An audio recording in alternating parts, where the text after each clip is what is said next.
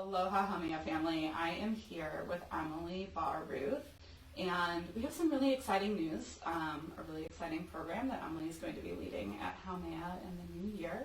Before we get into that, I just want to give you a couple studio updates because we have a lot going on this time of year. First of all, we have our $20 intro offer. So normally we have our 2 weeks for $30. Right now it's on sale for just $20.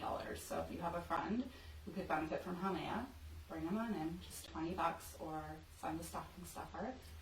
Also, just this week, we're offering our 1 month Hamea membership for $99 instead of $119. But I'm here with Emily. Emily, can you tell me a little bit about yourself? Sure. So I'm a clinical psychologist, and I've been in private practice in Madison for 10 years. And some of my areas of specialty, or one of my areas of specialty, is eating disorders and body image concerns. Mm-hmm. And so I do also a lot of work with mood and anxiety disorders and relationships. But one of the areas that I help people with the most has to do with their relationships with their bodies and food. Yeah, and that's such a big thing, I think, especially as we head into the new year. Mm-hmm. Do you have a lot of people who set, I know in the past I've set, one of my resolutions is like lose weight, get to that number on the scale. Mm-hmm.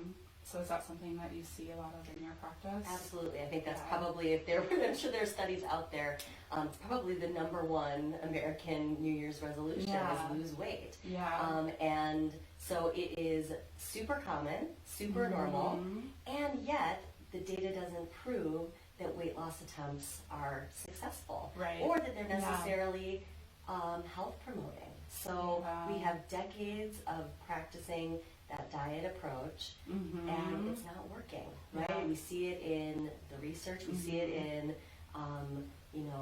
whether if diets worked, then people would not be steadily gaining weight, right? Yeah. And we wouldn't see the increase in health problems that we're seeing in our country. Yeah. So, again, super common, but we also are continuing to feed a machine, the diet machine, that really isn't serving us. So that's why I, really am trying to offer something different. Yeah. So in the past, I don't know about you guys, but I have tried counting calories with like a little notebook down to like the little almond and how much that's going to count, to keto, to paleo, to intermittent fasting, like all of the things. And usually those things are like, they work for a couple months or whatever until I just don't want to do them anymore or lose that focus. So you are bringing a program to help me dealing with intuitive eating. So what is intuitive eating? Yes, right. Well, first of all, it is not another diet. Okay. And I want to also stress that diets, they aren't just the things that call themselves the diets. Yep. They're not always the extreme, cabbage soup diet or grapefruit and diet soda diet of like our parents' generation. That they can kind of be called lifestyles, or they can be called clean eating. But anything that restricts, anything that we say, thou shalt not do these things, or anything that you're really required to revamp your life and become preoccupied with food is a diet, right? And it's something that we can't maintain in the long run for emotional reasons, but also for physiological reasons, because our bodies and our brains are not hardwired to support that. And so eventually they're going to say, we don't want to do that. Right. So intuitive eating, the difference is, instead of going from the outside in and saying, I'm going to listen to these external sources that tell me what healthy should be, what healthy should look like, right? Yeah. I'm going to learn to listen from the inside out. And so it's very compatible with yoga practice, right? Absolutely. That we, instead of thinking about how does my body look in the pose, how does my body feel? How do I feel that alignment? Where do I notice the movement of my breath, right? All those things. And so intuitive eating is learning to start with a foundation of respect for our bodies, honoring the wisdom and the exquisite design of our bodies and our brains to keep us alive and actually to make us healthy. Right? Yeah. And starting from that foundation and building upward, building outward, right? So intuitive eating itself is a program that was designed by 2 registered dietitians, and they wrote a book in 1995. And it since then has gone through numerous editions, and they now have a workbook, which is what I'm going to be using as kind of a manual for this program for group members.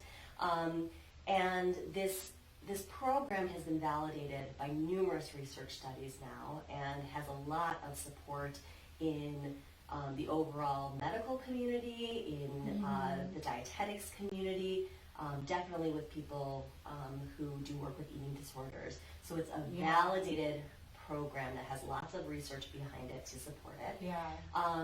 And it teaches people how to step by step through the 10 principles of intuitive eating, how to kind of fix that damaged relationship that many people have with their bodies, where they've said for years and years, I'm not going to listen to you, you don't know, you're dangerous, you're my enemy, to all of a sudden get back in alignment with their bodies.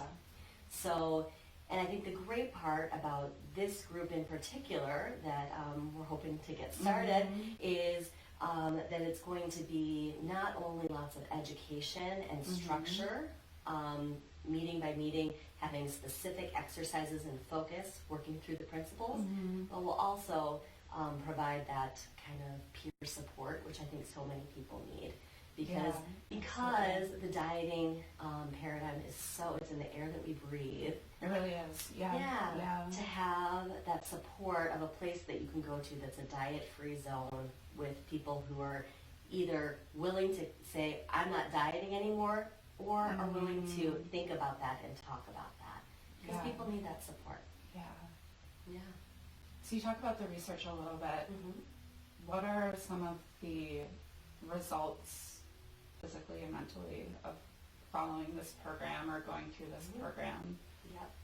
So, I mean, the results, first of all, there's no good research that shows that dieting in the long run, whether that's 6 months or a year, definitely 2 years, can sustain weight loss, which again is most people's primary goal. But it also, many people who have a history of chronic dieting, they actually show decreased health stats, right?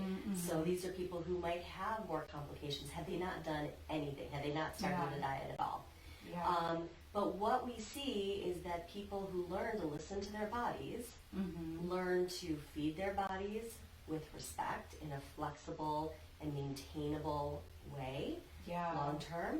They also learn to take care of their bodies through stress management, through self-care, through moving their bodies too. And we talk about all of those things with the program.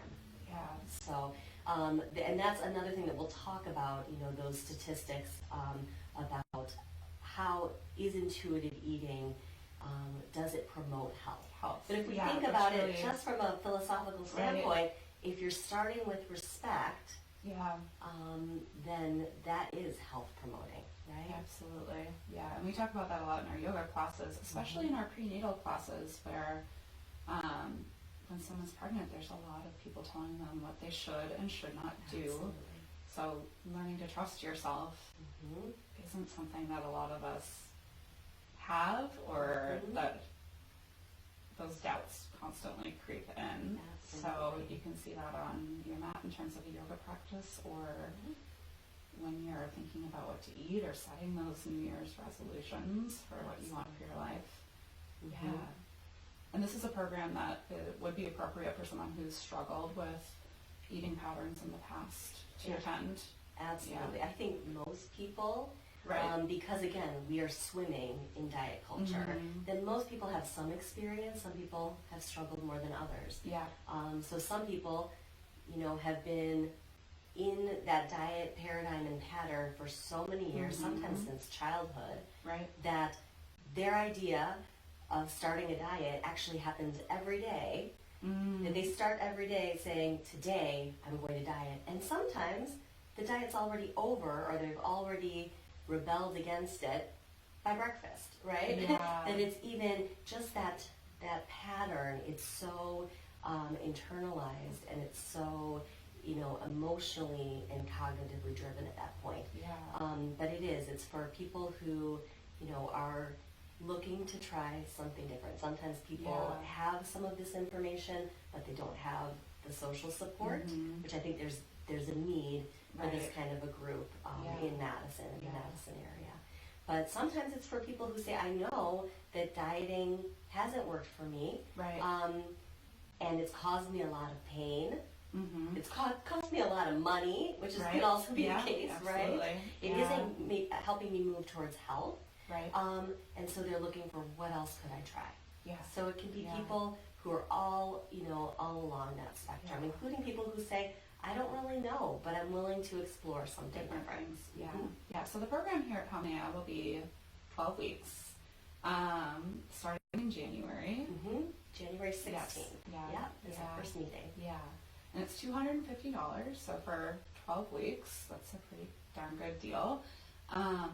As we head into the holidays, where there's going to be lots of feasting going on, and perhaps feelings of maybe guilt about that or desires, do you have any tips for people that how do they bring that sense of self-respect and let go of the guilt around our delicious holiday meals? Well, I think, obviously this all is a process. So starting small. Yeah. I think the main thing is, I would say two things. One is finding little ways to be mindful and present as you're approaching the holidays, and as you're approaching holiday traditions that have to do with food. Yeah. So it doesn't mean that there are rules and you shouldn't eat cookies at that party, but if you're going to eat the cookie, show up for it, right? Be present for it. Yeah. Listen to your body, and also pay attention to not just the sensation and the pleasure that goes along with the cookie, but even notice if it's not what you expected, what were you expecting, right? Yeah. So a lot of times the food that we eat around the holidays has so much more meaning. There are all kinds of expectations, there are all kinds of hopes and dreams that go along with, these are the cookies that my grandma made, and so I'm so looking forward to having these cookies because they remind me of my grandma, right? Or sometimes because we're all stressed out and running around like chickens with our heads cut off, we feel like, oh, there are cookies sitting in front of me, and we're not even present for them, but we are using the food in a way that neither does it feed our bodies physiologically, feed physiological hunger. It also doesn't actually meet those emotional needs that we have. Yeah. So finding some mindfulness, moments of mindfulness, and paying attention to what is the why behind why we're eating those things. Yeah. And then I think, finding ways to care for yourself, small ways, and I think Palmea has some great ways to do this that don't involve food. Yeah, so it's okay that food sometimes provides soothing and comfort and pleasure. It's meant to do that, but it also can't meet all of those needs. So developing that repertoire, even if it's just a couple of things that we know, these are ways that I care for my body when I'm during this stressful time. Yeah. So whether that's great tips. Yeah. And I think sometimes that mindfulness word can be overwhelming for some people. So one thing that works for me is just a simple deep breath. So and that plate of cookies are slowing it was it down. donuts, guys. Was it a delicious donut? Yes, it was a delicious donut. Then that's a intuitive eating mechanism. You're doing it. But taking that big deep breath and making it something that you're conscious of. Yeah, absolutely. It can be that simple as just slowing it down.